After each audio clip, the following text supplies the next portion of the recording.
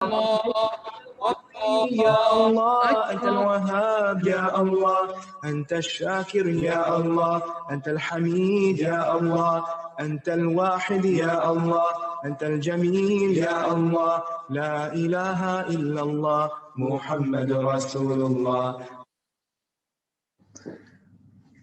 نحمده ونصلي على رسوله الكريم اما بعد فاعوذ بالله من الشيطان الرجيم بسم الله الرحمن الرحيم رب اشرح لي صدري ويسر لي امري واحلل عقدة من لساني يفقهوا قولي. آج ہم انشاءاللہ اللہ سبحانہ وتعالی کے نام الحفیظ پر بات کریں گے. الحفیظ جو حفاظت کرنے والا ہے، خوب حفاظت کرنے والا. اسی سے ملتا جلتا ایک اور نام بھی ہے الحافظ، اس کا معنی بھی ہے حفاظت کرنے والا، نگہبان. ہر انسان اپنی زندگی میں یہ چاہتا ہے فطرتاً کہ اس کی جان، مال، عزت، آبرو اور جو بھی چیزیں اس سے متعلق ہیں ان کی حفاظت ہو تاکہ وہ پرامن زندگی بسر کر سکے. اور اسی لیے انسان اپنے طور پر بھرپور کوشش بھی کرتا رہتا ہے اور ہر طرح کے خطرات سے خود کو محفوظ بھی رکھنے کی کوشش کرتا ہے. لیکن ہمیشہ یہ یاد رکھنا چاہیے کہ اصل حفاظت اللہ سبحانہ وتعالی کی ہے. وہ ہم سب کی حفاظت کرتا ہے، اور نہ صرف یہ کہ ہماری بلکہ اس پلانٹ پہ پائی جانے والی باقی تمام مخلوق کی بھی.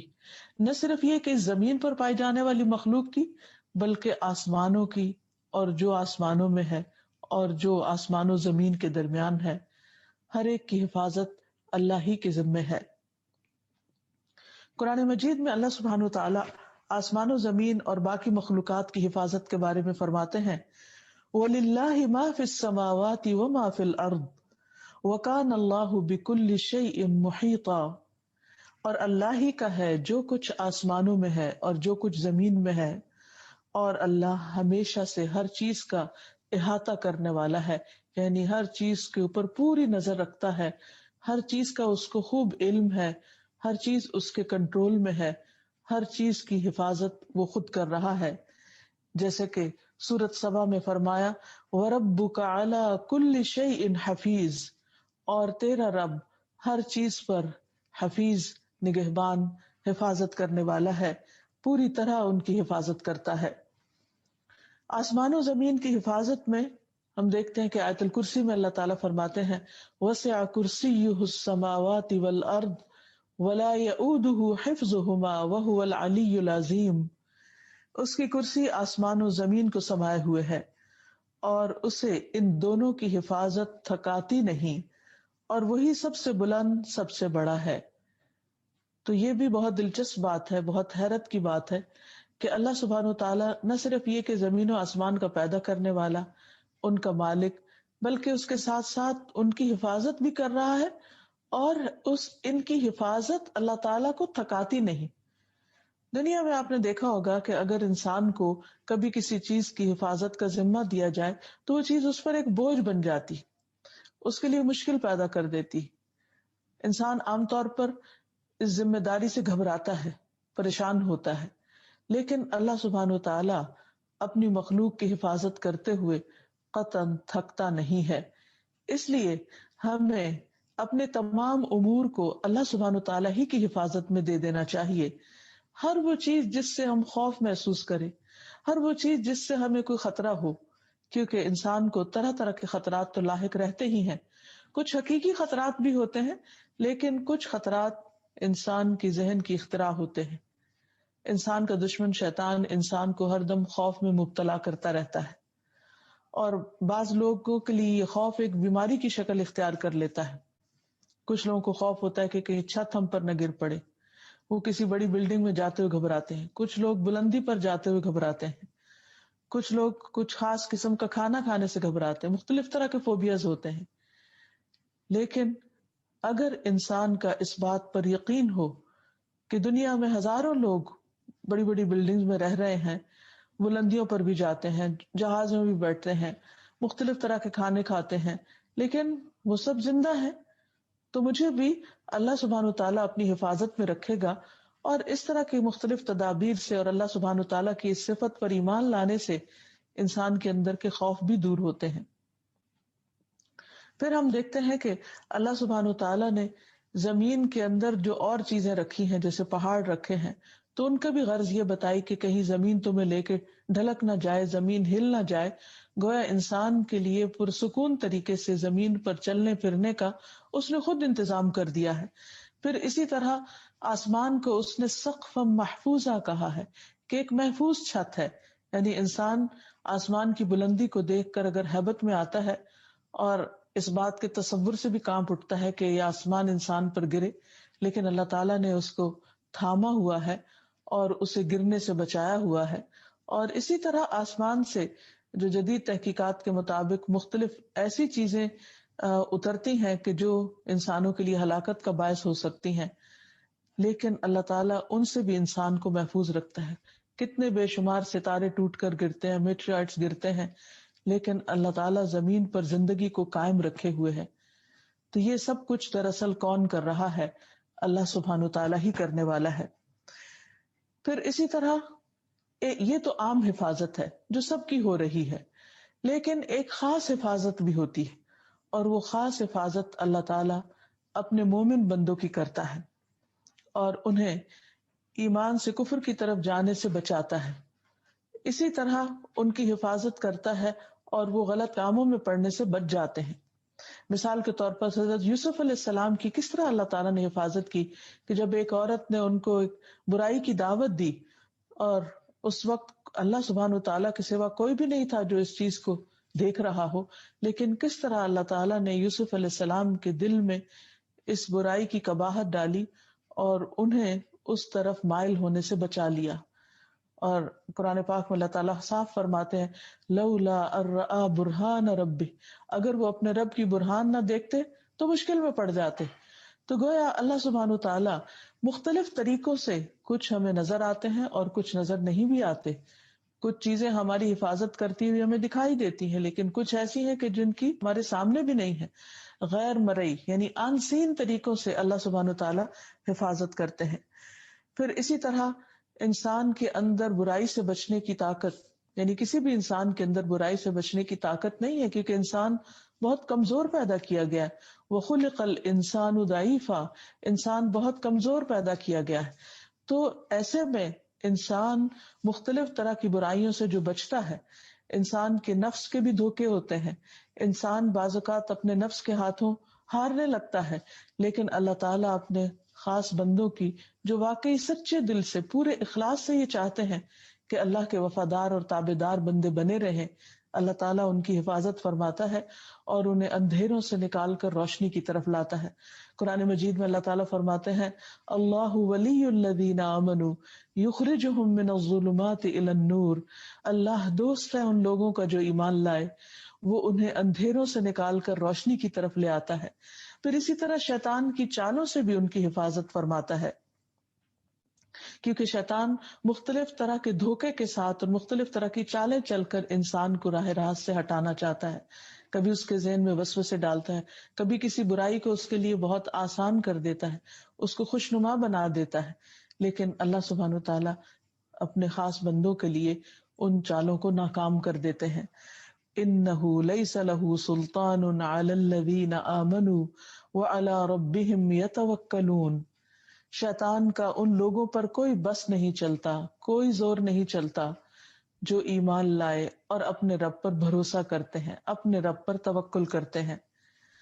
اور حقیقت یہ ہے کہ مومن اپنے شیطان کو تھکا دیتا ہے اس کی بات نہ مان کر۔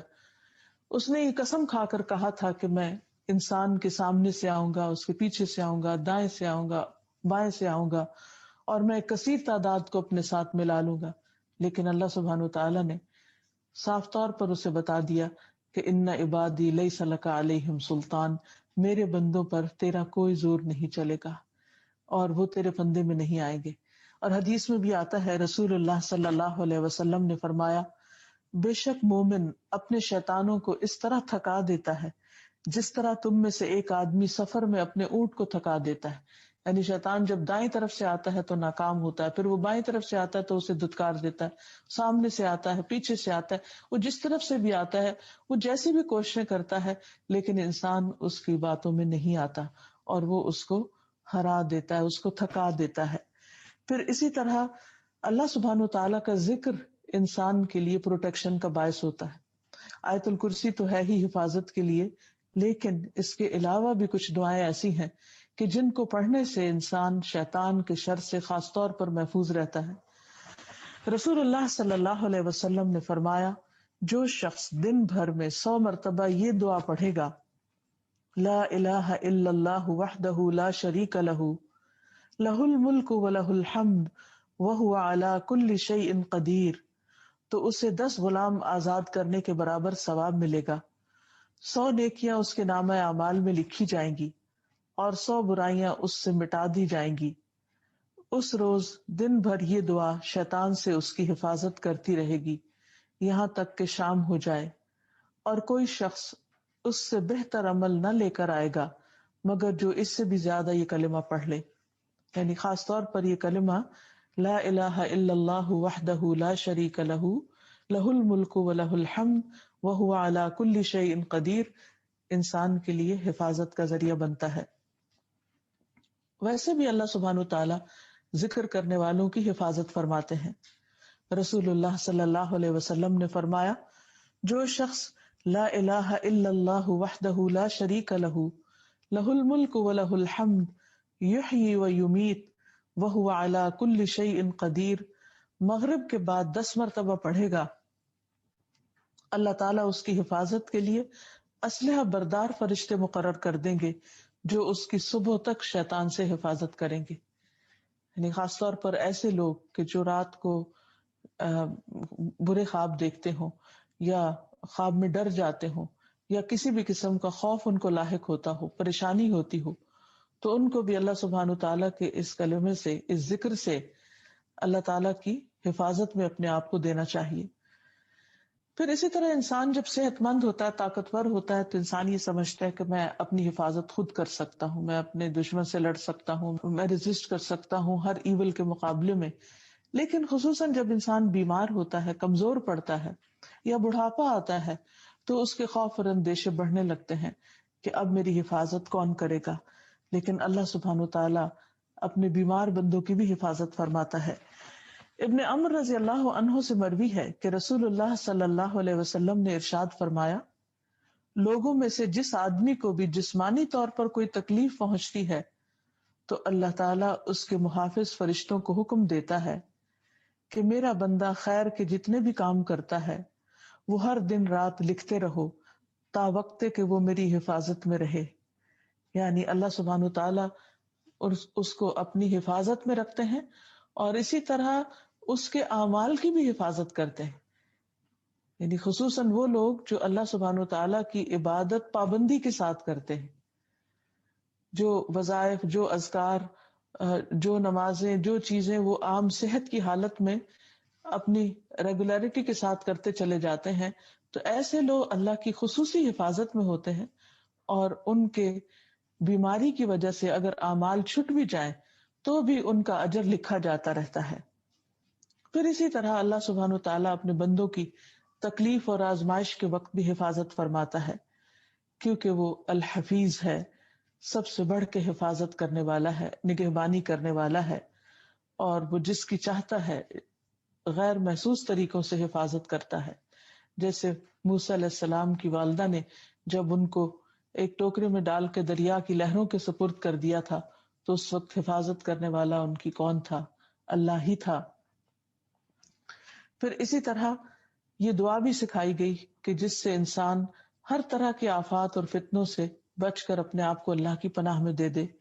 ابن عمر رضی اللہ عنہ کی حدیث میں ہے کہ بے شک رسول اللہ صلی اللہ علیہ وسلم کہا کرتے تھے، اللہم احفظنی من بین یدی ومن خلفی وعن یمینی وعن شمالی ومن فوقی واعوذ بعظمتک ان اغتال من تحتی۔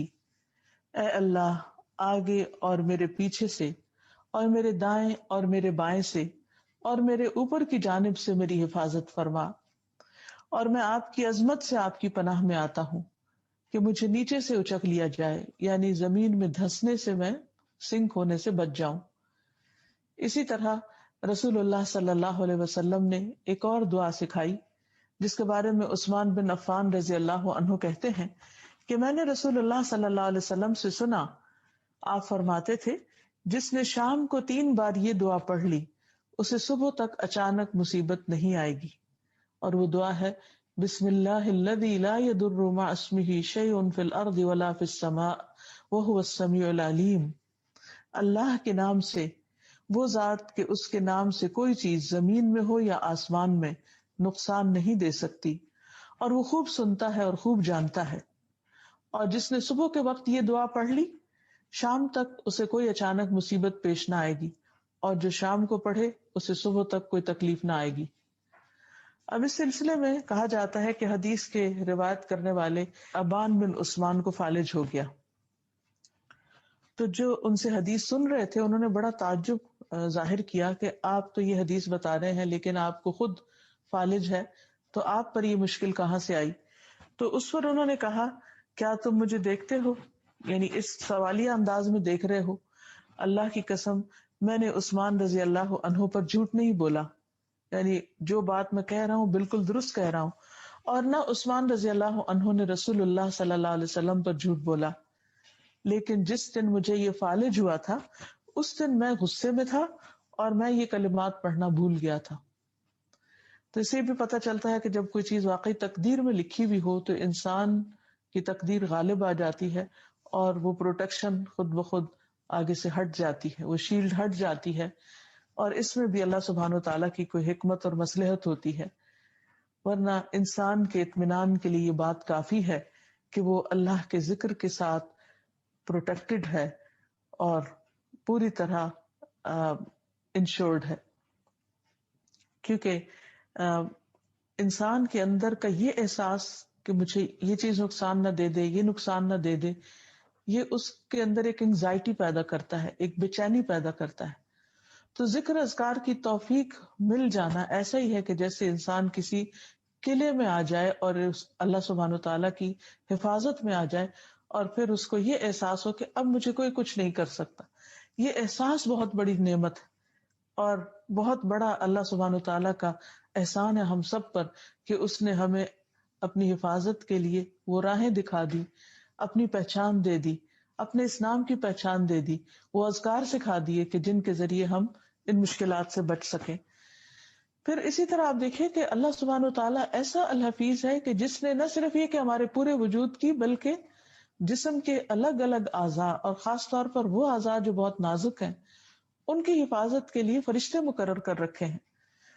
مثلاً وہ فرشتے کانوں، آنکھوں اور جلد کی حفاظت کرتے ہیں، اور پھر یہ بھی ہے کہ انسان اپنی آنکھوں سے، کانوں سے جو کچھ دیکھتا سنتا ہے وہ اس کے حق میں یا خلاف گواہیاں بھی لکھتے چلے جا رہے ہیں۔ اسی طرح اللہ سبحانہ وتعالیٰ بندوں کے اعمال کی حفاظت فرماتے ہیں۔ قرآن مجید میں اللہ تعالیٰ فرماتے ہیں وَإِنَّ عَلَيْكُمْ لَحَافِظِينَ كِرَامًا كَاتِبِينَ يَعْلَمُونَ مَا تَفْعَلُونَ، کہ اللہ سبحانہ وتعالیٰ نے تم پر فرشتے مقرر کر رکھے ہیں جو حفاظت کرنے والے ہیں۔ ان علیکم لحافظین، اور وہ کیا کہلاتے ہیں؟ کرامن کاتبین، معزز کاتب ہیں۔ اللہ سبحانہ وتعالیٰ کے ہاں ان کا ایک مقام ہے، اور وہ اپنے علم کی بنا پر انسان کے سارے اعمال کو لکھتے چلے جاتے ہیں۔ یعلمون ما تفعلون، وہ جانتے ہیں جو کچھ تم کرتے ہو، یعنی تمہارے ارادوں اور خیالات، تمہاری گفتگو، تمہاری حرکات و سکنات، ہر چیز کو کمپائل کرتے چلے جا رہے ہیں اور اسی طرح لکھ رہے ہیں جیسے اللہ تعالیٰ نے ان کو حکم دیا ہے۔ حالانکہ اللہ سبحانہ وتعالیٰ خود بھی انسانوں پر حافظ ہے، اور جیسا کہ اللہ تعالیٰ سورۃ طارق میں فرماتے ہیں وَإِن كُلُّ نَفْسٍ لَمَّا عَلَيْهَا حَافِظٌ، کوئی نفس ایسا نہیں کہ جس پر نگہبان نہ ہو، یعنی اللہ سبحانہ وتعالیٰ کی حفاظت سب کے لیے ہے۔ تو انسان کے تمام طرح کے اعمال اچھے ہوں یا برے اعمال تو اللہ سبحانہ وتعالیٰ انسان کے حساب کے لیے لکھوا ہی رہا ہے، لیکن انسان کی نیکیوں کی حفاظت بھی تو اس میں بہت اہم ہے۔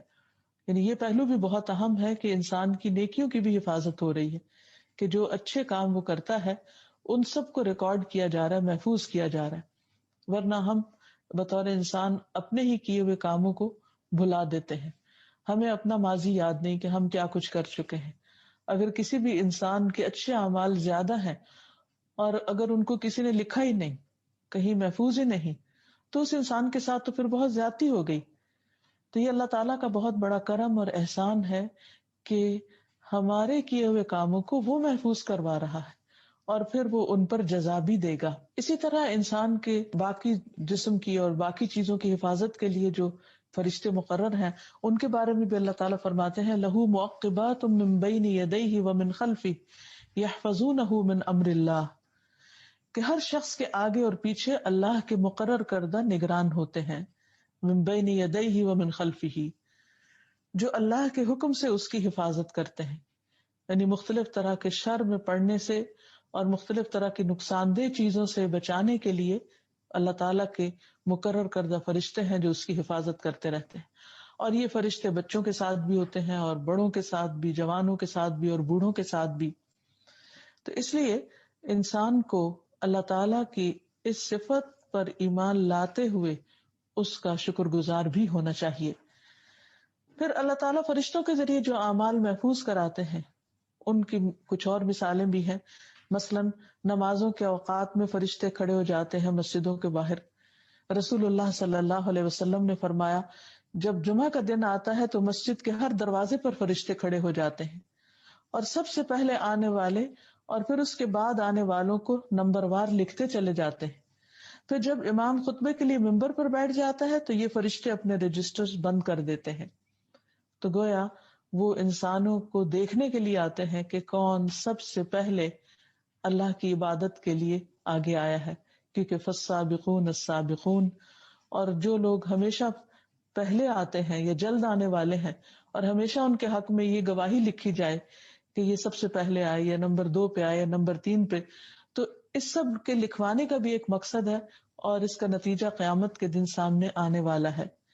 پھر اسی طرح جب انسان گناہ کرتا ہے تو اللہ سبحانہ و تعالیٰ کی یہ رحمت ہے کہ وہ گناہ فوراً نہیں لکھا جاتا، بلکہ فرشتہ انتظار کرتا ہے کہ شاید یہ شخص توبہ کر لے.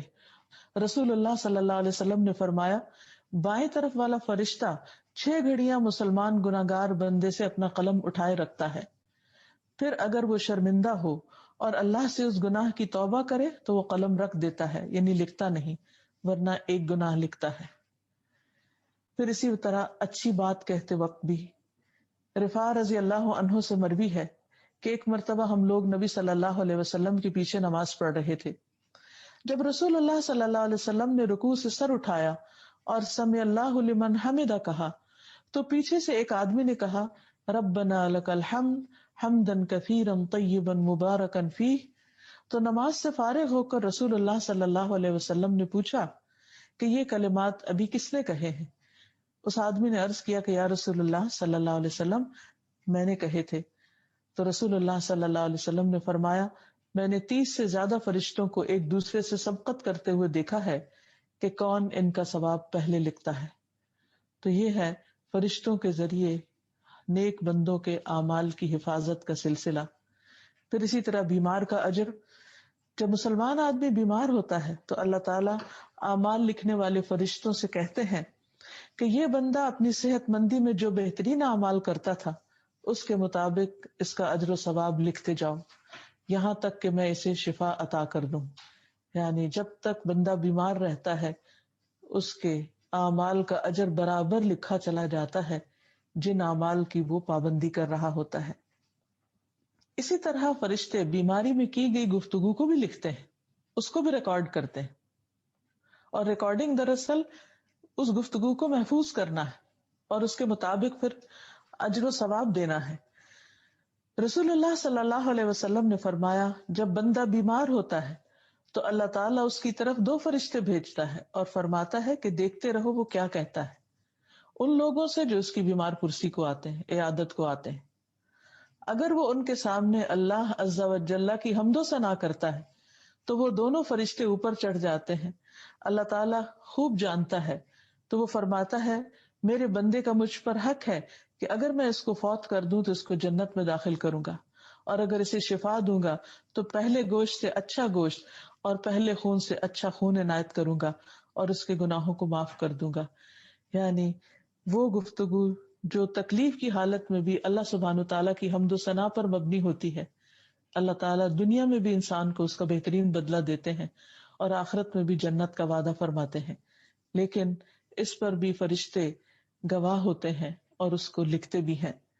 پھر اسی طرح کسی کے فوت ہو جانے کے بعد میت کے گھر والوں کی گفتگو بھی ریکارڈ کی جاتی ہے کہ وہ کیا کہتے ہیں، اس کو بھی محفوظ کیا جاتا ہے تاکہ اس پر اس کے مطابق جس قسم کی گفتگو ہے اس کو بدلہ دیا جا سکے. ام سلمہ سے مروی ہے کہ رسول اللہ صلی اللہ علیہ وسلم ابو سلمہ کی میت پر تشریف لائے. ان کی آنکھیں کھلی رہ گئی تھی. آپ نے انہیں بند کیا اور فرمایا جب روح قبض ہو جاتی ہے تو آنکھیں اس کا تعاقب کرتی ہیں. اسی دوران گھر کے کچھ لوگ رونے چیخنے لگے.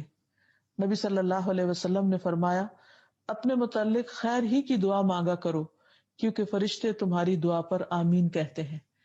یعنی اس وقت فرشتے بھی تمہارے اعمال پر گواہ ہیں، اور اگر انسان کے گھر والے اچھے کلمات کہتے ہیں، یعنی مرنے والے کے بارے میں یا خود اپنے بارے میں یا پیچھے رہنے والوں کے بارے میں کہ اس کے آل اولاد میں سے جو باقی رہ جائے اس کو حوصلہ اور تسلی دیتے ہیں، اللہ تعالیٰ کے بارے میں خوش گمان کرتے ہیں، تو یہ تمام باتیں جو ہیں یہ لکھی جاتی ہیں اور ان کے مطابق اجر بھی دیا جاتا ہے.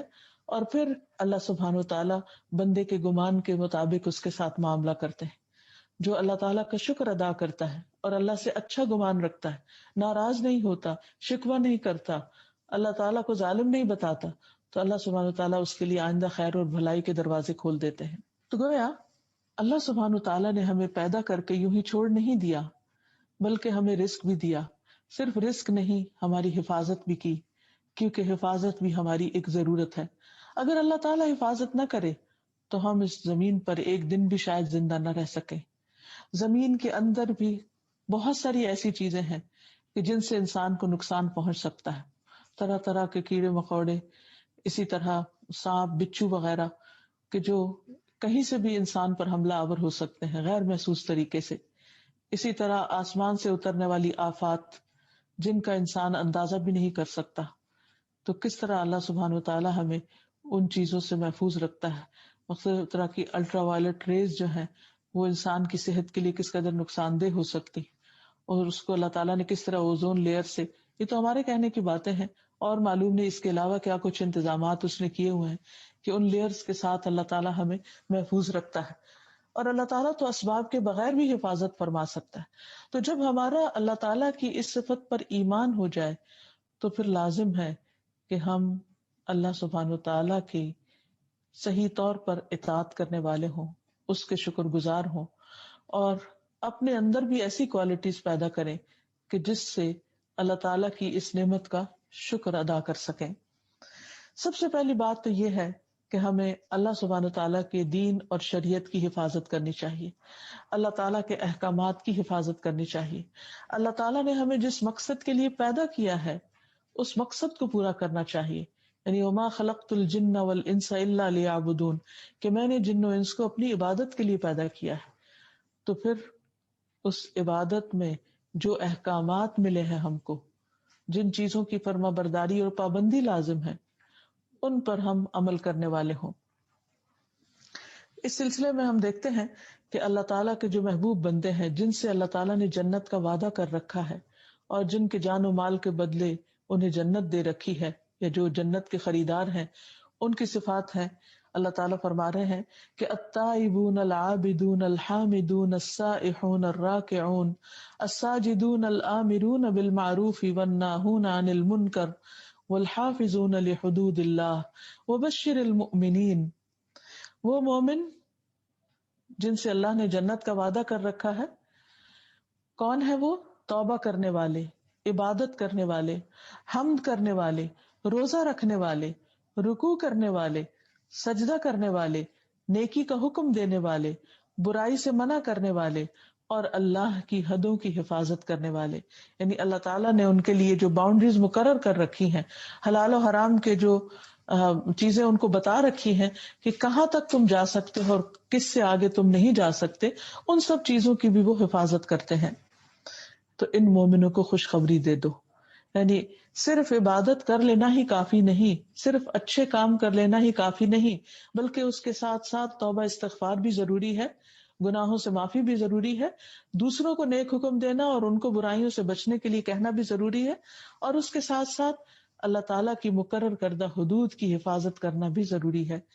اسی سلسلے میں ہم دیکھتے ہیں کہ حضرت عبداللہ بن عباس ایک دفعہ نبی صلی اللہ علیہ وسلم کے پیچھے سواری پر سوار تھے، تو آپ صلی اللہ علیہ وسلم نے ان سے کہا کہ اے بیٹے، میں تجھے چند کلمات سکھا رہا ہوں، اللہ کے احکام کی حفاظت کرو، اللہ تمہاری حفاظت کرے گا۔ یعنی وہ باتیں کیا تھی؟ احفظ اللہ یحفظ کا، تم اللہ کے احکامات، اللہ تعالیٰ نے جو تمہیں جن حدود کے بارے میں بتایا ہے، جو تم سے تقاضا کیا ہے، ان کی پابندی کرو، ان کی حفاظت کرو، تو تم اپنے آپ کو اللہ کی حفاظت میں پاؤ گے۔ اور پھر یہ بھی فرمایا کہ احفظ اللہ تجدہ تجاہک، کہ اللہ کی حدود کی حفاظت کرو، اللہ کے دین کی حفاظت کرو، احکامات کی حفاظت کرو، تو تم اسے اپنے سامنے پاؤ گے۔ یعنی وہ ایسے مواقع پر جب تم سخت ضرورت محسوس کرو گے کہ تمہاری مدد کرنے والا کوئی ہو، تمہیں پناہ دینے والا کوئی ہو، تو تم اسے اپنے قریب پاؤ گے، اپنے سامنے پاؤ گے، اس کی مدد تمہیں حاصل ہوگی۔ اس لیے بہت ضروری ہے کہ اگر ہم چاہتے ہیں کہ ہمیں اللہ سبحانہ وتعالیٰ کی خاص مدد نصیب ہو، الحفیظ ہماری حفاظت فرمائے ہر مشکل وقت میں، تو پھر ہمیں بھی اپنے آپ کو اس قابل بنانا چاہیے کہ ہم اس کی توجہ حاصل کر سکیں، اور اس کے لیے اس کی حدود کی حفاظت ضروری ہے۔ پھر اسی طرح حدود کی حفاظت میں اور اللہ تعالیٰ کے دین کے احکامات کی حفاظت میں سب سے پہلی حفاظت نماز کی حفاظت ہے، کہ انسان ان کو 5 وقت اپنے مقرر وقت کے اندر پڑھے اور پھر ان میں کمی بیشی نہ کرے۔ قرآن مجید میں اللہ تعالیٰ فرماتے ہیں حافظوا علی الصلوات والصلاۃ الوسطی وقوموا للہ قانتین، سب نمازوں کی حفاظت کرو اور درمیانی نماز کی خاص طور پر، اور اللہ کے لیے فرما بردار بن کر کھڑے رہو۔ یعنی اگر انسان چاہتا ہے کہ اس کی حفاظت ہو تو وہ نماز کی حفاظت کرے، اور نماز کی حفاظت میں سب سے پہلے جو نماز کے آداب اور شرائط ہیں ان کی حفاظت، جیسے طہارت ہے تو طہارت کی حفاظت، کہ انسان اپنے وضو کی حفاظت کرے، وضو کرنے کا وقت ہو تو تمام اعضاء کو صحیح طور پر دھوئے، جس طریقے سے وضو کرنا سکھایا گیا اس طریقے کی پابندی کرے، اپنے من مانے طریقے نہ نکالے۔ پھر اسی طرح نماز کے لیے جو اور شرائط ہیں کہ لباس پاک ہو، جسم پاک ہو، قبلہ کی طرف رخ کیا ہو، اور خشوع و خضوع کے ساتھ نماز ادا کرے، تو یہ تمام چیزیں نمازوں کی حفاظت میں آتی ہیں۔ انہی کے بارے میں اللہ تعالیٰ فرماتے ہیں وَهُمْ عَلَىٰ صَلَاتِهِمْ يُحَافِظُونَ۔ اسی طرح ظہر سے پہلے کی سنتوں کی حفاظت، اس پر بھی بہت اجر ہے۔ بعض لوگ فرائض تو پڑھ لیتے ہیں لیکن سنتوں کی پابندی نہیں کرتے۔ رسول اللہ صلی اللہ علیہ وسلم نے فرمایا جو شخص ظہر سے پہلے 4 رکعت اور بعد میں 4 رکعت کی حفاظت کرے گا اس پر جہنم حرام ہو جائے گی۔ اسی طرح خصوصی طور پر عصر کی نماز کی حفاظت۔ پھر باقی چیزوں میں انسان اپنی زبان کی حفاظت کرے، کیونکہ زبان سے نکلے ہوئے غلط الفاظ انسان کے لیے ہلاکت کا باعث ہیں۔ پھر اپنی نگاہوں کی حفاظت کرے، اپنی شرمگاہ کی حفاظت کرے۔ خاص طور پر خواتین کے لیے آتا ہے کہ فالصالحات قانتات حافظات للغیب بما حفظ اللہ، کہ نیک عورتیں شوہروں کی فرما بردار ہوتی ہیں، ان کی غیر موجودگی میں حفاظت کرنے والی ہیں، اس لیے کہ اللہ نے انہیں محفوظ رکھا ہے۔ تو مومن عورتیں خصوصاً اپنی شرم و حیا کی حفاظت کرنے والی ہوں۔ پھر اسی طرح اپنے ماتحت لوگوں کی حفاظت کی جائے، کیونکہ ہر ذمہ دار نگران ہے اور اس سے اس کی رعایا کے بارے میں پوچھا جائے گا۔ پھر اسی طرح قرآن مجید کی حفاظت، یعنی اگر یاد کر رکھا ہے تو اسے بھلائے نہیں۔ پھر اسی طرح قرآن مجید کے کچھ حصوں کو اپنے دل میں محفوظ کرنے والا ہو انسان، کیونکہ وہ دل جس میں قرآن نہیں، وہ دل ایک ویران دل کی طرح ہے۔ پھر اسی طرح یہ کہ ان تمام اعمال کے بارے میں معلومات حاصل کرے کہ جن سے انسان اللہ کی حفاظت میں آ جاتا ہے. مثلاً گھر کے اندر داخل ہوتے وقت اگر انسان سلام کرتا ہے تو ایسا شخص اللہ کی امان میں ہوتا ہے. پھر اللہ کے راستے میں نکلنے والے وہ بھی اللہ کی حفاظت میں ہوتے ہیں. اور پھر انسان اپنے آپ کو، اپنے اہل و عیال کو، اپنے گھر بار اور مال کو، ہر چیز کو اللہ کی حفاظت میں دے. جب کوئی سفر پر نکلے تو سفر پہ نکلنے والا پیچھے والوں کو اللہ کی حفاظت میں دے، باقی رہنے والوں کو، اور جو الوداع کہنے والے ہیں وہ جانے والے کو اللہ کی حفاظت میں دے. اسی طرح رات کو سوتے وقت ایسی دعائیں پڑھی جائیں جو مسنون ہیں، جن کے پڑھنے سے حفاظت کا وعدہ کیا گیا ہے، ان کو پڑھنا نہ بھولے. اللہ سبحانہ تعالیٰ کے اس نام کو جاننے کے بعد انسان کے لیے یہ بھی لازم ہے کہ وہ ان دعاؤں کا بطور خاص اہتمام کرے کہ جس سے انسان کی حفاظت ہوتی، جس میں صبح و شام کی دعائیں بھی ہیں، رات کو سوتے وقت کے اذکار بھی ہیں، اور دیگر مواقع کی بھی دعائیں ہیں. پھر اس میں انسان کس کس چیز کے شر سے پناہ مانگے؟ ہر چیز کے شر سے، جس میں خود اس کا اپنا نفس، اپنے ذات، شیطان، دیگر انسان اور باقی مخلوقات ہیں. اور خصوصاً اپنے اچھے خاتمے کی دعا مانگے، بری موت سے حفاظت کے لیے دعا کرے، بری بیماریوں سے حفاظت کی دعا کرے، اپنے نفس کے شر سے بچنے کی حفاظت کی دعا کرے، جنات کے شر سے بچنے کے لیے دعا کرے. اور آخر میں انسان اللہ تعالیٰ کا ہمیشہ شکر گزار رہے کہ جس نے ہمیں یہ سب کچھ سکھایا. أنت القاهر يا الله، أنت الحسيب يا الله، أنت الشافي يا الله، أنت المبين يا الله، أنت الوكيل يا الله، أنت القيوم يا الله، أنت المتين يا الله، أنت السبوح يا الله. لا إله إلا الله محمد رسول الله، لا إله إلا الله محمد رسول الله. انشاءاللہ اللہ سبحانہ تعالیٰ کے نام المقیت کے بارے میں بات کریں گے. المقیت کا لفظ قوت سے ہے. قوت کہتے ہیں روزی کو، رزق کو. اللہ سبحانہ تعالیٰ اپنی تمام مخلوق کو رزق، روزی، توانائی عطا کرنے والا ہے. اللہ سبحانہ تعالیٰ نے اپنی تمام مخلوق کے لیے رزق پیدا کیا. کوئی جاندار ایسا نہیں کہ جس کو اس نے رزق فراہم نہ کیا ہو.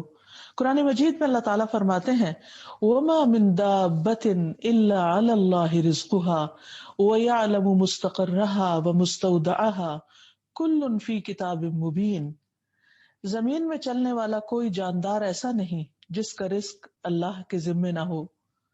وہ اس کی قرارگاہ کو بھی جانتا ہے اور دفن ہونے کی جگہ کو بھی جانتا ہے. یہ سب کچھ واضح کتاب میں یعنی لوح محفوظ میں لکھا ہوا موجود ہے. یعنی ایک طرف اللہ تعالیٰ نے اپنی مخلوق کو پیدا کیا، انسان، حیوانات، کیڑے مکوڑے، سمندر کے اندر کی مخلوقات، پھر ان کی ضروریات مختلف بنائی اور پھر ان تمام ضروریات کو پورا کیا. پھر اسی طرح وہ مخلوق پیدا کی جو زمین پر بظاہر چلتی ہوئی نظر نہیں آتی، لیکن خود اس نے اس کی تخلیق کا ذکر فرمایا. مثلا فرشتے تو ان کا رزق تسبیح میں رکھ دیا گیا. پھر اسی طرح جنات تو ان کی ضرورت کے مطابق ان کو بھی رزق عطا کیا. یعنی کوئی بھی جاندار ایسا نہیں جو رزق سے محروم ہو. ہر ایک کو اس کی ضرورت اللہ سبحانہ تعالیٰ نے بطریق احسن پوری کی. اور پھر یہ بھی بتا دیا کہ نہ صرف یہ کہ اس کے کھانے پینے کا رزق بلکہ اس کی دیگر ضروریات بھی پوری کی. دیگر ضروریات میں اہم ترین ضرورت انسان کا ٹھکانہ ہوتی ہے، اس کا گھر ہوتا ہے، اس کے رہنے کی جگہ ہوتی ہے. اور نہ صرف یہ کہ انسان کے لیے بلکہ جتنے بھی جاندار ہیں ان سب کے لیے اللہ تعالیٰ نے رہنے کے بھی بہترین انتظام کیے. کوئی مخلوق پہاڑوں میں رہ رہی ہے، کوئی جنگلوں میں ہے، کوئی درختوں میں گھونسلے بنا کے رہتے ہیں، کوئی کسی اور جگہ پر. تو ہر ایک کا یہ انتظام بھی موجود ہے. پھر مرنے کے بعد اس کو کہاں کہاں سمانا ہے اس کا بھی انتظام اللہ سبحانہ تعالیٰ نے خود کر رکھا ہے. اور فرمائی یہ سب کچھ ایک کتاب میں لکھا ہوا ہے. یعنی یہ صرف ہیپیزرڈ طریقے سے پیدا نہیں ہو رہا بلکہ ہر چیز ایک پوری پلاننگ کے ساتھ ہو رہی ہے. اور اس سے پہلے کہ اللہ تعالیٰ ان ساری مخلوقات کو پیدا کرتا، اللہ تعالیٰ نے ان تمام چیزوں کا مکمل ریکارڈ اپنی کتاب میں لکھوا دیا. پھر اسی طرح اللہ تعالیٰ نے رزق کے معاملے میں بعض کو بعض پر فضیلت بھی عطا کی ہے. یعنی کچھ لوگوں کو زیادہ دیا اور کچھ کو کم دیا. بظاہر دیکھنے میں یوں لگتا ہے کہ جن کو زیادہ ملا ہے شاید اللہ تعالیٰ ان سے بہت راضی ہے، اور جن کو نہیں ملا اللہ تعالیٰ ان سے ناراض ہے۔ ایسا ہرگز نہیں، اللہ تعالیٰ نے بعض لوگوں کو دے کر آزمایا ہے اور بعض لوگوں کو نہ دے کر آزمایا ہے۔ بعض اوقات ہم دیکھتے ہیں کہ اس کے نافرمان بندوں کو بہت کچھ ملا ہوتا ہے، اور دوسری طرف اس کے فرما برداروں کے لیے 2 وقت کا کھانا بھی محال ہوتا ہے۔ اس میں کیا حکمت ہے یہ بھی وہی بہتر جانتا ہے، لیکن قلیل غذا ہو یا کثیر ہو، سب کچھ دینے والا دراصل اللہ تعالیٰ ہے۔ اللہ تعالیٰ فرماتے ہیں واللہ فضل بعضکم علی بعض فی الرزق فما الذین فضلوا براد رزقهم علی ما ملکت ایمانهم فهم فیہ سواء افبنعمت اللہ یجحدون۔ اور اللہ نے تم میں سے بعض کو بعض پر رزق میں فوقیت بخشی ہے، یعنی یہ تقسیم اللہ سبحانہ وتعالیٰ کی ہے۔ پس وہ لوگ جنہیں فوقیت دی گئی ہے، جنہیں زیادہ دیا گیا ہے، کسی صورت اپنا رزق ان غلاموں پر لوٹانے والے نہیں، کسی اور کو دینے والے نہیں جن کے مالک ان کے دائیں ہاتھ ہیں یا جو ان کے کنٹرول میں ہیں کہ وہ اس میں برابر ہو جائیں۔ تو کیا وہ اللہ کی نعمت کا انکار کرتے ہیں؟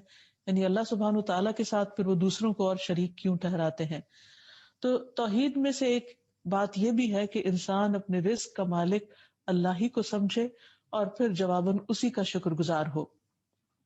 اور جہاں تک رزق کی کمی بیشی کا تعلق ہے تو یہ فیصلے اللہ سبحانہ وتعالیٰ کے ہاتھ میں ہیں۔ ہم دیکھتے ہیں کہ صحابہ کرام جو نبی صلی اللہ علیہ وسلم کے قریبی ساتھی تھے، بعض اوقات ان کی ہجرت کی وجہ سے اور جنگ پر جنگ کی وجہ سے معاشی حالات مدینہ کے خصوصی طور پر بہت ہی دگرگوں تھے۔ ایسے میں اللہ سبحانہ وتعالیٰ نے ان لوگوں کو جان اور مال اور بھوک کے ساتھ آزمایا، جیسے کہ قرآن مجید میں اللہ تعالیٰ فرماتے ہیں وَلَنَبْلُوَنَّكُمْ بِشَيْءٍ مِّنَ الْخَوْفِ وَالْجُوعِ وَنَقْصٍ مِّنَ الْأَمْوَالِ وَالْأَنفُسِ وَالثَّمَرَاتِ، کہ ہم ضرور تم کو آزمائیں گے، خوف سے، بھوک سے، مالوں اور جانوں کی کمی سے اور پھلوں کی کمی سے۔ تو خوشخبری ہے صبر کرنے والوں کے لیے کہ جب انہیں کوئی مصیبت آتی ہے تو اللہ ہی کو یاد کرتے ہیں کہ ہم اللہ کے اور اسی کی طرف لوٹ کے جانے والے ہیں۔ تو بہرحال اللہ سبحانہ وتعالیٰ نے دنیا میں چونکہ انسان کو امتحان کے لیے بھیجا ہے تو اس کا امتحان رزق میں کمی بیشی کے ساتھ بھی ہوتا ہے۔ عبداللہ بن مسعود فرماتے ہیں کہ اللہ کے رسول صلی اللہ علیہ وسلم نے اپنے صحابہ کرام کے چہروں پر بھوک کے آثار دیکھ کر فرمایا خوش ہو جاؤ، بس ان قریب تم پر ایک زمانہ آنے والا ہے کہ تم میں سے کسی ایک پر صبح و شام سرید کے پیالے پیش کیے جائیں گے، یعنی تمہیں رزق میں بہت وسعت مل جائے گی۔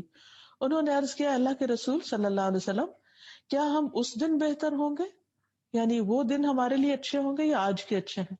آپ نے فرمایا بلکہ آج تم اس دن سے بہتر ہو، یعنی تمہاری ایمانی حالت، تمہاری اخلاقی حالت اور تمہاری قدر و قیمت آج زیادہ ہے، اگرچہ تمہارے پاس کھانے کو پورا رزق نہیں۔ تو اس سے یہ بھی پتہ چلتا ہے کہ صرف انسان کی خوش قسمتی اس کے پاس زیادہ کھانے پینے کا سامان ہونے سے ہی نہیں ہوتی، بلکہ ایمان بھی ایک رزق ہے جو اللہ تعالیٰ انسان کو عطا کرتا ہے۔ تقوی، توکل، انابت، خشیت، اللہ کی طرف رجوع، اللہ تعالیٰ کی طرف انسان کا دھیان ہونا، اس کے ذکر کی توفیق ہونا، یہ ساری چیزیں بھی اللہ کا رزق ہیں جو انسان کو ملتی ہیں۔ پھر اسی طرح دین کا علم، سمجھ بوجھ، اس میں غور و فکر اور اس میں تفقہ کے مواقع، یہ سب بھی اللہ تعالیٰ کا رزق ہے۔ پھر اللہ کے بندوں کے دلوں میں محبت کا ڈالا جانا، یہ محبت بھی ایک رزق ہوتا ہے جو اللہ تعالیٰ بندوں کو عطا کرتا ہے۔ تو یہ تمام چیزیں بھی نعمتوں میں شمار ہوتی، لیکن عموماً ہوتا یہ ہے کہ جب ہماری زندگی میں کسی ایک چیز کی کمی ہوتی ہے تو ہم باقی ساری نعمتوں کو بھول جاتے ہیں اور پھر ناشکری کرنے لگتے ہیں، ناراض ہونے لگتے ہیں، اور بعض اوقات مایوس ہو کر اللہ سبحانہ وتعالیٰ کی عبادت تک چھوڑ بیٹھتے ہیں بعض لوگ پریشانیوں میں آ کر۔ تو انسان کو ہمیشہ جو ملا ہے اس کی طرف دھیان ہونا چاہیے، اس کا خیال ہونا چاہیے، اس پر شکر گزاری ہونی چاہیے، نہ کہ ان چیزوں پر جو انسان کے لیے اللہ تعالیٰ نے کسی حکمت کے تحت اس سے روک دی یا اس کو عطا نہیں کی۔ پھر اسی طرح اولاد بھی انسان کے لیے ایک رزق ہے۔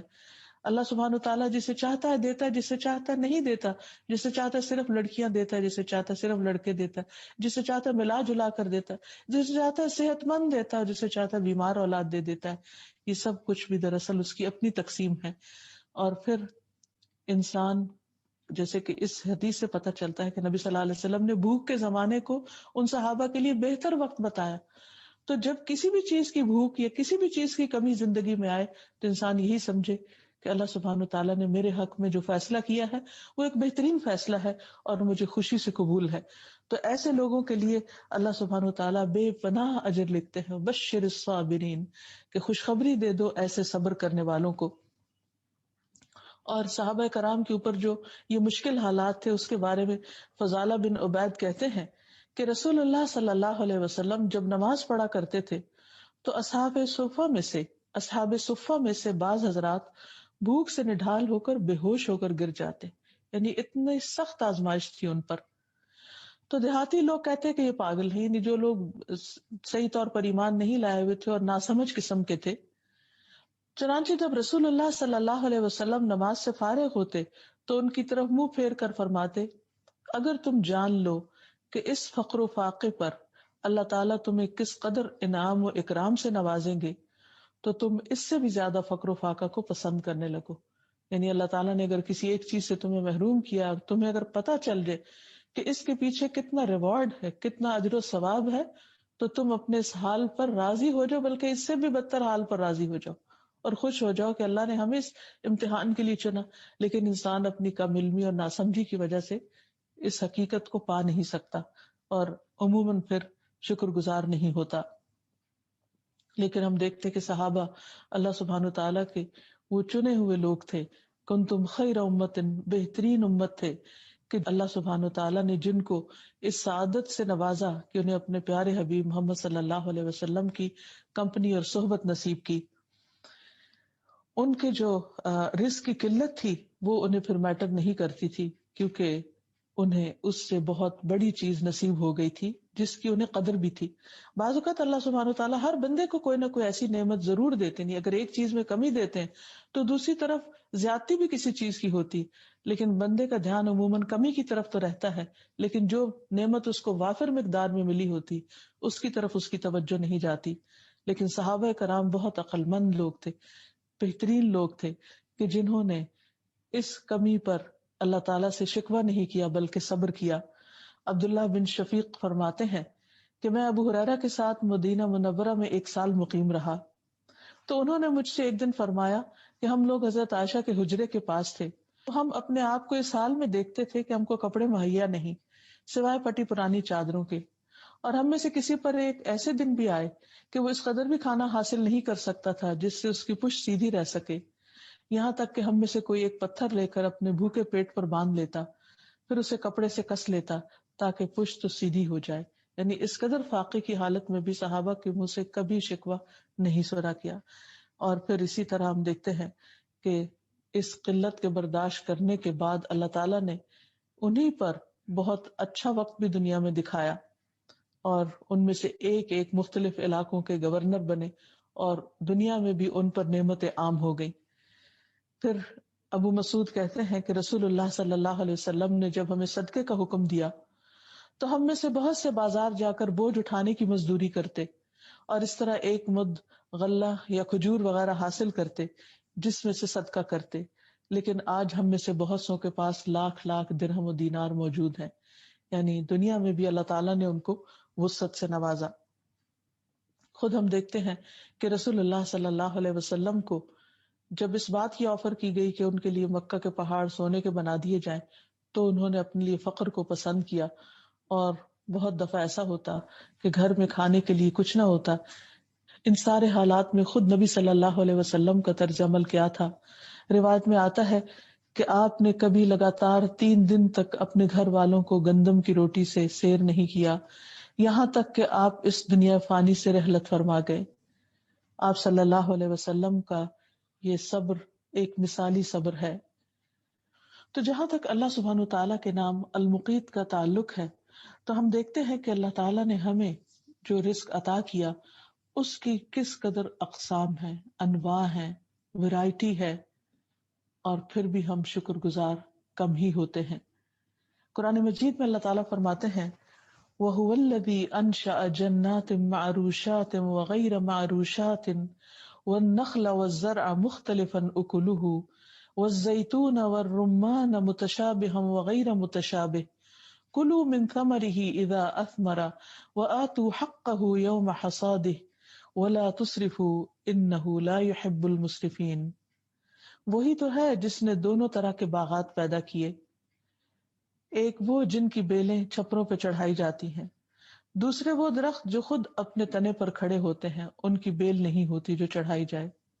نیز کھجوریں اور کھیتیاں پیدا کی جن سے کئی طرح کے پھل یعنی معقولات حاصل ہوتے ہیں. نیز اس نے زیتون اور انار پیدا کیے جن کے پھل اور مزے ملتے جلتے بھی ہوتے ہیں اور مختلف بھی.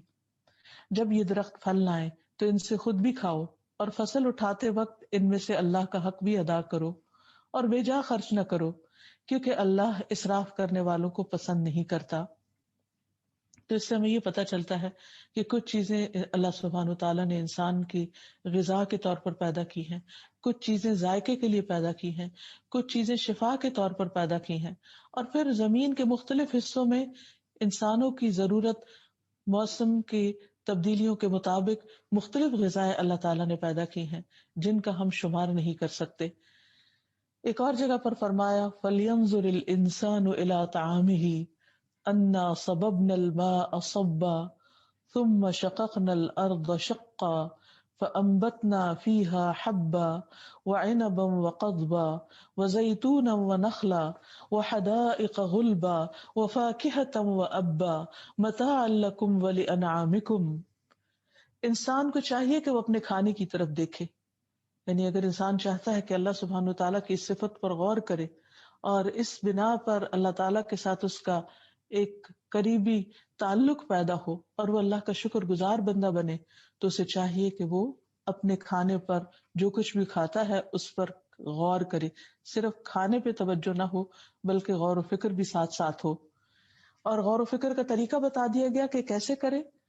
فرمایا کہ وہ دیکھے کہ ہم نے ہی اوپر سے پانی برسایا، یعنی بارش اللہ تعالیٰ نے برسائی، پھر عجیب طرح سے زمین کو پھاڑا، یعنی جس میں زمین کے اندر بیج تھا، اور کس طرح اللہ تعالیٰ نے بیج کی بھی حفاظت کی، ورنہ زمین میں کتنے بے شمار قسم کے کیڑے مکوڑے ہوتے ہیں، بعض اوقات کچھ زہریلے اثرات ہوتے ہیں، تو اللہ تعالیٰ اس بیج کی بھی حفاظت کرتے، اس گٹلی کی جو کافی عرصے تک زمین کے اندر رہتی ہے اور اس کے بعد اس میں سے کچھ نکلتا ہے، تو اس کو اس کام کے لیے تیار کیا اور پھر پانی کا انتظام کیا. پھر عجب طرح سے زمین کو پھاڑا، یعنی وہ ایک بے جان سا بیج ہوتا ہے، اور بعض بیج تو آپ دیکھیں کہ کتنے ٹائنی ہوتے ہیں، کتنے کمزور ہوتے ہیں، لیکن پھر بھی وہ مٹی کی تہ سے اپنی اللہ سبحانہ تعالیٰ کی دی ہوئی قوت کے ساتھ باہر آ جاتے ہیں. تو اس میں سے ہم نے اناج اگایا اور انگور اور ترکاریاں اور زیتون اور کھجور اور گھنے باغات اور پھل اور چارہ بھی اگائے. یہ سب کچھ تمہارے اور تمہارے مویشیوں کے لیے زندگی کا سامان ہے، یعنی صرف انسانوں کے لیے نہیں، جانوروں کے لیے بھی اللہ سبحانہ تعالیٰ نے یہ غذائیں پیدا کی. اور اس میں ہم دیکھتے ہیں کہ کیسی تقسیم اللہ تعالیٰ نے رکھ دی. کچھ حصہ انسان کھاتا ہے اور جو اس کا بقیہ حصہ ہوتا ہے وہ حیوان کھا لیتے ہیں، کچھ واپس پھر زمین کی کھاد بن جاتا ہے، اور کچھ حصہ بیج کی شکل میں دوبارہ مزید فصل اگنے کے لیے جمع کر لیا جاتا ہے. یہ سب کچھ بھی اللہ سبحانہ تعالیٰ ہی کی پلاننگ ہے. لیکن غور کرنے کی بات یہ ہے کہ انسان جب کھائے تو اس سارے طریقہ کار پر بھی غور کرے کہ کتنے مرحلوں کے بعد یہ روزی اس کی پلیٹ میں پہنچی ہے جس کو وہ کھا رہا ہے. اور پھر کھاتے ہوئے اکثر لوگ تو اس میں سے نقص ہی نکالتے رہتے ہیں اور اللہ تعالیٰ کا شکر ادا کرنا بھول جاتے ہیں. حدیث میں آتا ہے کہ اللہ تعالیٰ اس بندے سے خوش ہوتے ہیں، راضی ہو جاتے ہیں کہ جو کوئی لقمہ کھاتا ہے یا پانی کا گھونٹ پیتا ہے تو وہ اللہ سبحانہ تعالیٰ کی تعریف کرتا ہے کہ جس نے اس کو یہ کھلایا اور پلایا ہے. پھر اسی طرح اللہ تعالیٰ ایک اور جگہ پر فرماتے ہیں کہ يُنبِتُ لَكُمْ بِهِ الزَّرْعَ وَالزَّيْتُونَ وَالنَّخِيلَ وَالْأَعْنَابَ وَمِن كُلِّ الثَّمَرَاتِ إِنَّ فِي ذَلِكَ لَآيَةً لِقَوْمٍ يَتَفَكَّرُونَ. وہ اس پانی سے تمہارے لیے کھیتی، زیتون، کھجور، انگور اور ہر طرح کے پھل پیدا کرتا ہے. کس طرح انسان کی ضروریات کے لیے کہاں کہاں سے المقیت روزی فراہم کرتا ہے. غور و فکر کرنے والوں کے لیے اس میں ایک بڑی نشانی ہے. سورۃ النحل میں فرمایا وَمِن ثَمَرَاتِ النَّخِيلِ وَالْأَعْنَابِ تَتَّخِذُونَ مِنْهُ سَكَرًا وَرِزْقًا حَسَنًا ان فی ذلک لآیۃ لقوم یعقلون، نیز کھجور اور انگور کے پھلوں سے بھی ہم تمہیں ایک مشروب پلاتے ہیں، یعنی اللہ تعالیٰ نے کھانے کے سامان بھی پیدا کیے اور اس کے ساتھ ساتھ پینے کے بھی، جس سے تم نشہ آور بھی بنا لیتے ہو اور عمدہ رزق بھی۔ اور یہاں ایک لطیف اشارہ ہے کہ اللہ نے تو تمہیں حلال پاک طیب رزق عطا کیا اور تم اس کے ساتھ کیا سلوک کرتے ہو۔ اہل دانش کے لیے اس میں بھی ایک نشانی ہے۔ تو گویا آ چکے ہمیں پھلوں میں اور غذاؤں میں غور و فکر کرنے کی دعوت دی گئی ہے۔ تو آئیے ہم دیکھتے ہیں چند غذاؤں کی طرف جن کے بارے میں نبی صلی اللہ علیہ وسلم نے کچھ فوائد بھی بتائے ہیں، اور اللہ سبحانہ تعالیٰ نے جو وحی کے ذریعے ہمیں بتایا ہے کہ کون کون سی چیز انسان کے لیے کس قدر فائدہ مند ہے۔ سب سے پہلے آپ دیکھتے ہیں کہ دودھ ہے۔ اللہ تعالیٰ قرآن مجید میں فرماتے ہیں وَإِنَّ لَكُمْ فِي الْأَنْعَامِ لَعِبْرَةً نُسْقِيكُم مِّمَّا فِي بُطُونِهِ مِن بَيْنِ فَرْثٍ وَدَمٍ لَبَنًا خَالِصًا صَائِغًا لِلشَّارِبِينَ، نیز تمہارے لیے چوپایوں میں بھی نشان عبرت موجود ہے، یعنی کس طرح اللہ تعالیٰ نے تمہارے لیے دودھ کا انتظام کیا کہ ایسی فیکٹریاں لگائیں جو چلتی پھرتی ہیں اور کتنی چھوٹی ہیں کہ ان کے اندر یہ ملک کی پروسیسنگ ہوتی ہے، وہ کیا کھاتے ہیں اور پھر کیا چیز کہاں سے اتنی بہترین شکل میں نکلتی ہے۔ ان کے پیٹوں میں غذا کا فضلہ اور خون موجود ہوتا ہے، تو ان دونوں چیزوں کے درمیان سے ہم تمہیں خالص دودھ پلاتے ہیں جو پینے والوں کے لیے خوشگوار ہوتا ہے، یعنی جو خون اور فضلے کے جوار میں رہ کر بھی متاثر نہیں ہوتا، اور جب انسان تک پہنچتا ہے تو صاف ستھرا، خوشگوار، خوشبودار اور ایک بہترین شکل میں ہوتا ہے، حالانکہ اسی پیٹ کے اندر اور چیزیں بھی بن رہی ہوتی ہیں۔ رسول اللہ صلی اللہ علیہ وسلم نے دودھ کے بارے میں فرمایا کہ دودھ کے سوا اور کوئی ایسی چیز نہیں جو کھانے اور پینے دونوں سے کفایت کرے، یعنی دودھ کھانے کا کام بھی کرتا ہے اور پینے کا بھی کرتا ہے، ایک مکمل غذا ہے۔ پھر اسی طرح شہد انسان کی ضرورت ہے، اس کے لیے اللہ تعالیٰ نے کیسی فیکٹری لگائی اور کس طرح ایک چھوٹی سی مکھی کے ذریعے کتنی بڑی چیز کہ جس کو انسان اپنی فیکٹریوں میں بنانے سے عاجز ہیں وہ تیار کر کے دی کہ جس میں انسان کے لیے غذا بھی ہے اور شفا بھی ہے۔ فرمایا وَأَوْحَى رَبُّكَ إِلَى النَّحْلِ أَنِ اتَّخِذِي مِنَ الْجِبَالِ بُيُوتًا وَمِنَ الشَّجَرِ وَمِمَّا يَعْرِشُونَ ثُمَّ كُلِي مِن كُلِّ الثَّمَرَاتِ فَاسْلُكِي سُبُلَ رَبِّكِ ذُلُلًا يَخْرُجُ مِن بُطُونِهَا شَرَابٌ مُخْتَلِفٌ أَلْوَانُهُ فِيهِ شِفَاءٌ لِلنَّاسِ إِنَّ فِي ذَلِكَ لَآيَةً لِقَوْمٍ يَتَفَكَّرُونَ۔ اور آپ کے پروردگار نے شہد کی مکھی کی طرف وحی کی کہ پہاڑوں میں، درختوں میں اور انگور کی بیلوں میں اپنا گھر بنا، یعنی چھتا بنا، پھر ہر قسم کے پھل سے اس کا رس چوس اور اپنے پروردگار کی ہموار کردہ راہوں پہ چلتی رہ، یعنی جس درجے کی فلائٹ اس کے لیے رکھی گئی اس پر وہ اڑتی رہے اپنے کام کے لیے۔ ان مکھیوں کے پیٹوں سے، یہاں یاد رکھیے کہ مکھیوں کے بطون کا لفظ آیا ہے، جو ایک اور غور و فکر کی بات ہے کہ مکھی کتنی چھوٹی لیکن اس کے ایک سے زائد پیٹ ہیں۔ مختلف رنگوں کا مشروب شہد نکلتا ہے جس میں لوگوں کے لیے شفا ہے، یعنی اس عام جانور جب کچھ کھاتے ہیں تو جو پیٹ میں جاتا ہے وہ سڑان کا شکار ہو جاتا ہے، لیکن یہاں اللہ سبحانہ وتعالیٰ کی قدرت دیکھیے کہ وہ اپنے لیے نہیں ہمارے لیے وہ جوس لیتی ہے مختلف پھلوں سے اور پھر اس کو کس طرح کنورٹ کر کے شہد کی شکل میں نکالتی ہے۔ یقیناً اس میں بھی ایک نشانی ہے ان لوگوں کے لیے جو غور و فکر کرتے ہیں، اور شہد کے فائدے کس کو نہیں معلوم کہ بہت سی امراض میں شفا کا کام کرتا ہے۔ پھر اسی طرح کھجور، رسول اللہ صلی اللہ علیہ وسلم نے فرمایا اجوا جنت کے پھلوں میں سے ہے اور اس میں زہر سے شفا ہے۔ آپ صلی اللہ علیہ وسلم نے برنی کھجور کو بھی بہترین کھجور قرار دیا اور فرمایا خود اس میں کوئی بیماری نہیں اور وہ بیماری کو دور کرتی ہے۔ پھر اسی طرح سبزیاں پیدا کی، یعنی پھلوں کے علاوہ سبزیاں، اور سبزیوں میں مثلاً کدو، فرمایا فَنَبَذْنَاهُ بِالْعَرَاءِ وَهُوَ سَقِيمٌ وَأَنبَتْنَا عَلَيْهِ شَجَرَةً مِّن يَقْطِينٍ، پھر ہم نے اسے یونس علیہ السلام کو چٹیل میدان میں ڈال دیا اور وہ بیمار تھے، اور ہم نے اس پر کدو کا بیلدار درخت اگا دیا۔ کدو جو ہے غذا بھی ہے اور بیماریوں سے علاج بھی ہے، کیونکہ یونس علیہ السلام اس وقت مچھلی کے پیٹ سے جب نکلے تو اس کے ایسڈز وغیرہ سے ان کی سکن بھی متاثر تھی اور وہ بیمار بھی تھے، تو اللہ تعالیٰ نے ان کی ضرورت کے مطابق ان کے لیے غذا پیدا کر دی۔ پھر اسی طرح پھلوں میں سے خاص طور پر انار کا ذکر قرآن مجید میں ملتا ہے، اور انار کے بھی بہت سے فائدے بتائے گئے ہیں۔ حضرت علی رضی اللہ تعالیٰ عنہ فرماتے ہیں کہ انار کو اندر والے چھلکے سمیت کھایا کرو، کیونکہ یہ معدے کی بیماریوں کا علاج ہے۔ پھر اسی طرح سمندر میں انسان کے لیے غذائیں پیدا کر دی مچھلی کی شکل میں۔ فرمایا وَهُوَ الَّذِي سَخَّرَ الْبَحْرَ لِتَأْكُلُوا مِنْهُ لَحْمًا طَرِيًّا، وہی تو ہے جس نے سمندر کو تمہارے لیے تمہارے اختیار میں کر دیا۔ یعنی کتنی بڑی چیز ہے، کتنا ہیوج ہے کہ اگر اس میں کوئی چیز گرے تو مل کے نہ دے، لیکن کس طرح اس نے اس میں سے تمہارے لیے غذائیں پیدا کر دی تاکہ تم اس سے تر و تازہ گوشت کھاؤ، اور اس میں بھی انسان کے لیے بہت سے فائدے ہیں، نہ صرف یہ کہ مچھلی کے گوشت میں بلکہ اس کے تیل میں اور باقی چیزوں میں بھی۔ پھر اسی طرح تربوز اور ککڑی اور چکندر اور دیگر سبزیاں پیدا کی۔ مثلا چکندر اور جو کے بارے میں آتا ہے، ام منذر بنت قیس انصاریہ کہتی ہے کہ رسول اللہ صلی اللہ علیہ وسلم میرے گھر تشریف لائے، آپ کے ساتھ حضرت علی رضی اللہ تعالیٰ عنہ بھی تھے، اور اس وقت وہ بیماری سے اٹھے تھے، کمزور تھے۔ ہمارے یہاں کھجوروں کے خوشے لٹک رہے تھے، تو رسول اللہ صلی اللہ علیہ وسلم اٹھے اور ان سے کچھ کھانے لگے۔ حضرت علی بھی ان سے کھانے لگے، تو آپ نے ان سے فرمایا رک جاؤ، تم ابھی کمزور ہو۔ چنانچہ وہ کھجور کھانے سے رکے رہے۔ ام منذر کہتی ہے کہ میں نے جو اور چکندر پکائے تو آپ صلی اللہ علیہ وسلم کی خدمت میں پیش کیے، تو آپ نے فرمایا اے علی یہ لے لو، یہ تمہارے لیے مفید ہے۔ پھر اسی طرح زمزم کا پانی، اس میں شفا بھی ہے، غذا بھی ہے، اور کس کثرت کے ساتھ اللہ سبحانہ وتعالیٰ نے اس پانی کو زمین سے نکالا ہے کہ جو بذات خود ایک معجزہ ہے۔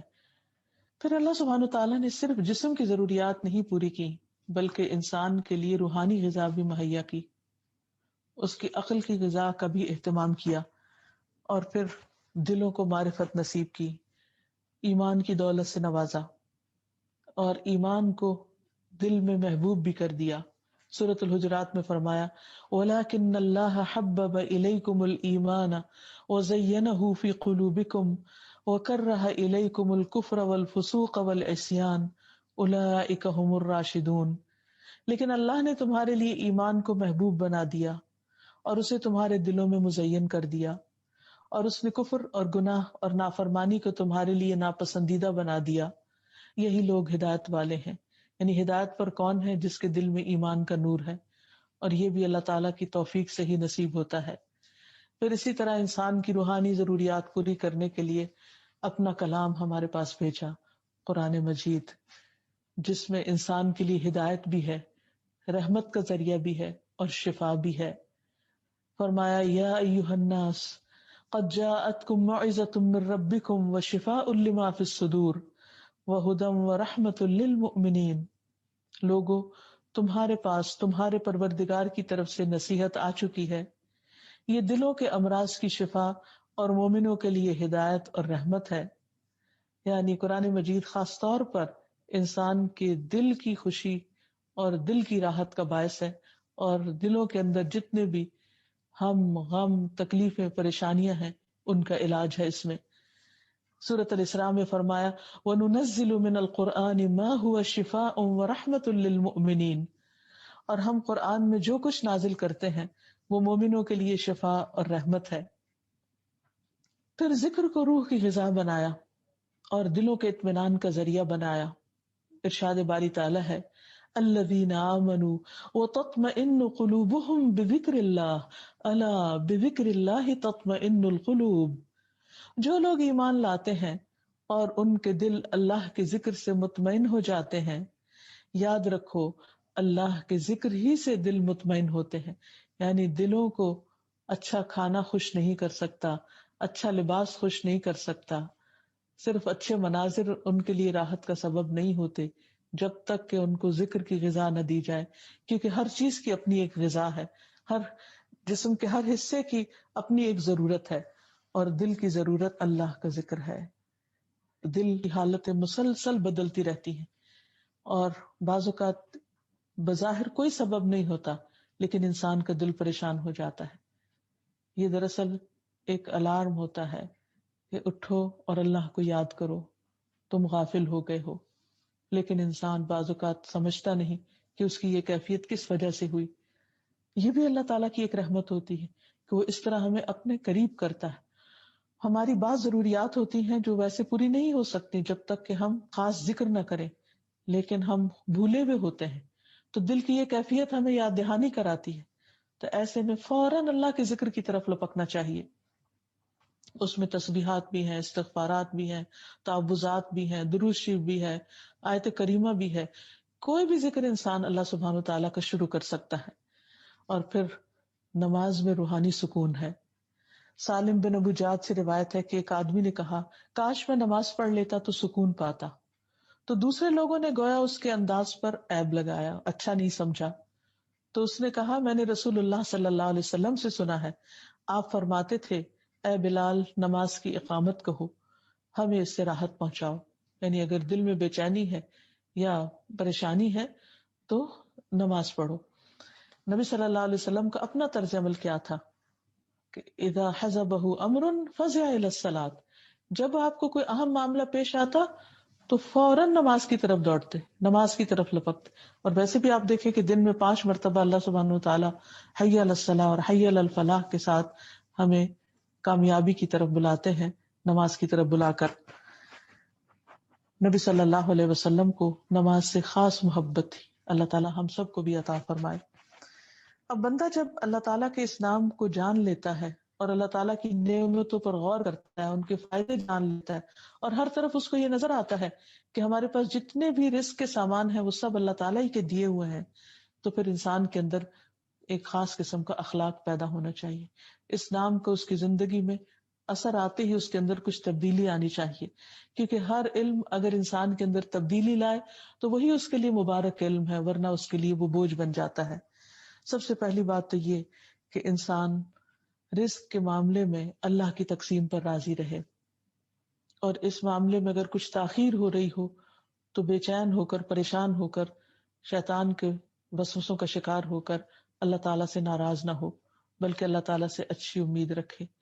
پھر اسی طرح دوسری بات یہ ہے کہ جب انسان کو یہ معلوم ہے کہ اسے اللہ رزق دے رہا ہے تو وہ اس کے بندوں پر بھی خرچ کرے اور اس کے بندوں کو اپنے رزق میں شریک کرے.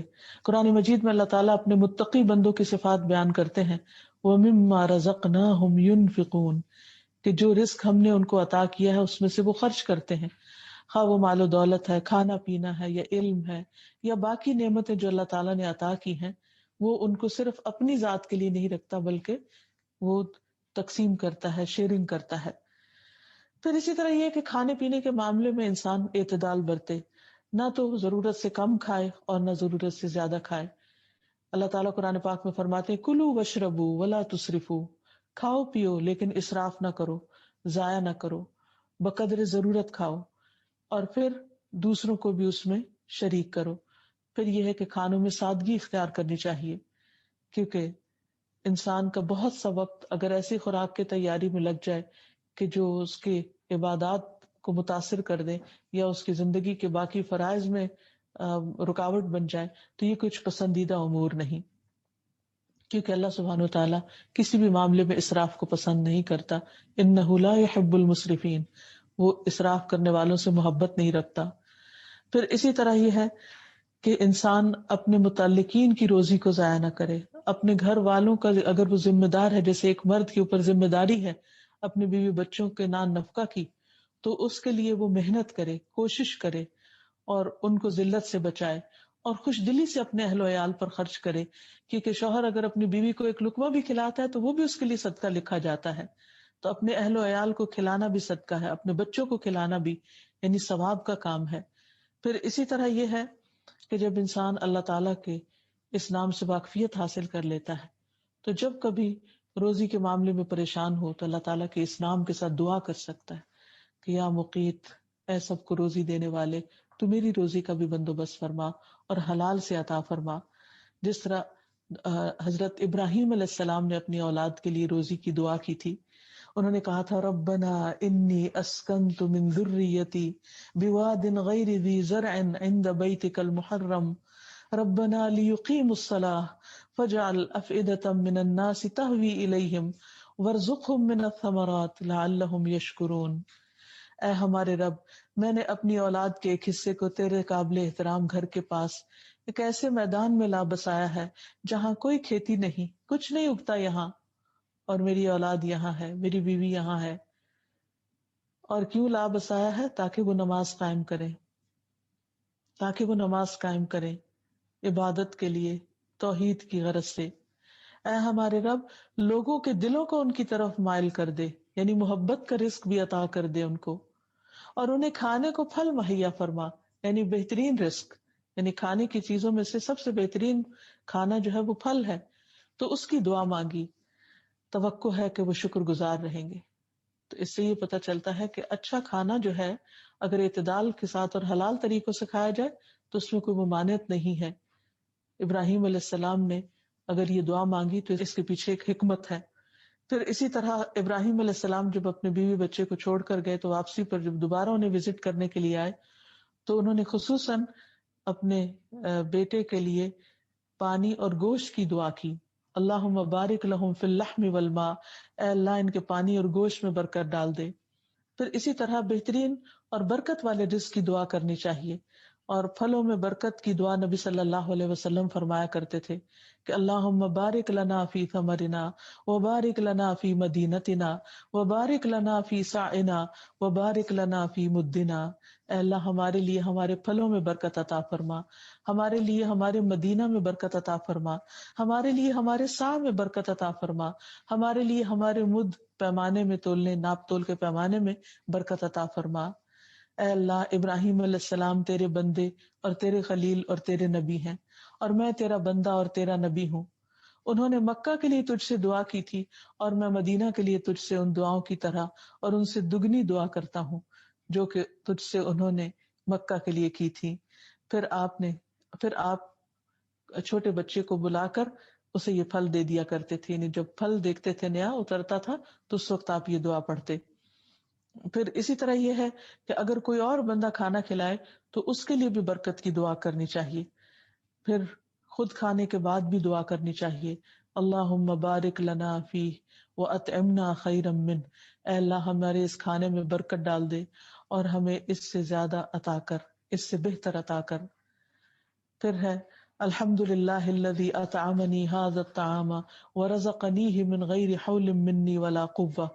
تمام تعریفیں اللہ کے لیے ہیں جس نے یہ کھانا مجھے کھلایا اور میری کسی قوت اور طاقت کے بغیر مجھے عطا کیا. تو اللہ تعالیٰ سے دعا ہے کہ وہ ہمیں حلال رزق عطا کرے اور ہمیں ایسی کسی آزمائش میں نہ ڈالے کہ جس سے ہمارے ایمان کو خطرہ لاحق ہو. وآخر دعوانا ان الحمد للہ رب العالمین. السلام علیکم ورحمۃ اللہ وبرکاتہ. أنت القاهر يا الله، أنت الحسيب يا الله، أنت الشافي يا الله، أنت المبين يا الله، أنت الوكيل يا الله، أنت القيوم يا الله، أنت المتين يا الله، أنت السبوح يا الله. لا إله إلا الله محمد رسول الله، لا إله إلا الله محمد رسول الله.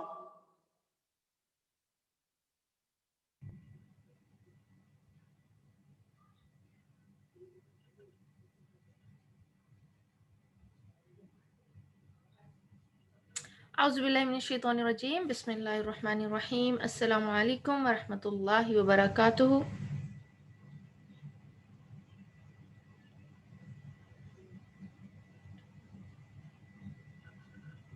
کیسے ہیں آپ سب لوگ؟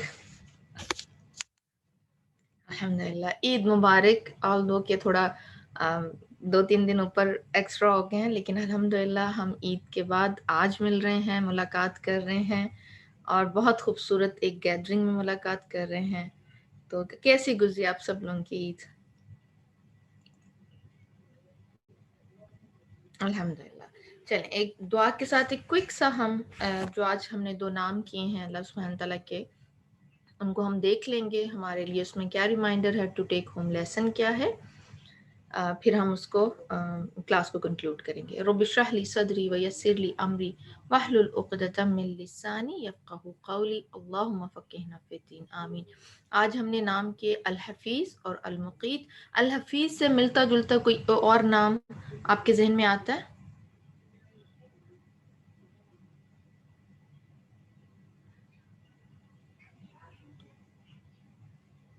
الحافظ نگہبان. اچھا، دونوں ناموں میں آپ کو کوئی ملتی ہے ایسی کہ یہ دونوں ایک دوسرے کو کمپلیمنٹ کر رہے ہیں، اور یہ دو نام جب انسان ذہن میں رکھے اور ان کے ذریعے دعا کرے تو کس طرح کوآرڈینیٹ کرتے ہیں، یا کس طرح یہ ایک دوسرے کو ہمارے لیے جو ہے دعا میں ہمارے لیے سپورٹیو ہو سکتے ہیں؟ کچھ سمجھ میں آتی ہے یہ بات کہ الحفیظ اور المقیت اس کا پیر کیوں کیا گیا، یا اس کی جو نام کی جو ہم نے ابھی بہت ساری صفات پڑھی اور کوالٹیز پڑھی، اور جو اس میں اللہ سبحانہ تعالیٰ کی ہمارے اوپر انعامات ہیں ان کو دیکھا، تو دونوں کے ذریعے کچھ بات بنتی ہے، سمجھ میں آتی ہے تعلق ایک دونوں کے درمیان ہمیں لگتا ہے.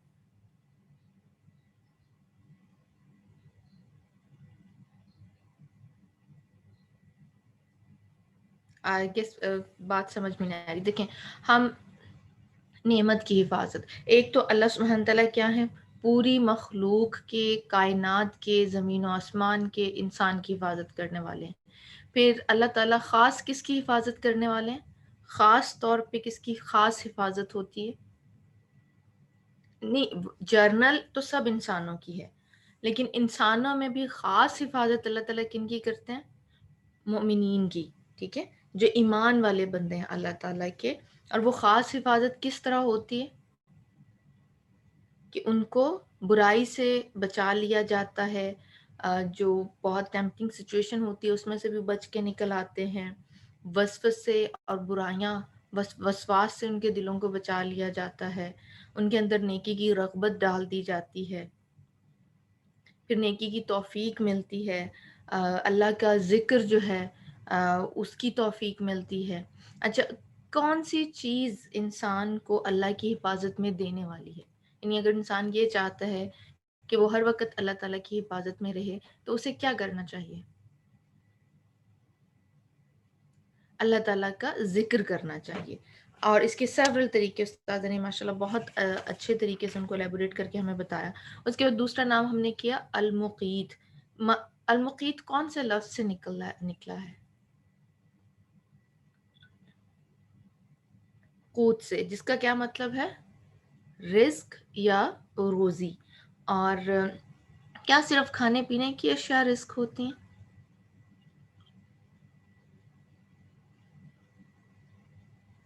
اچھا، کیا اولاد بھی رزق ہے؟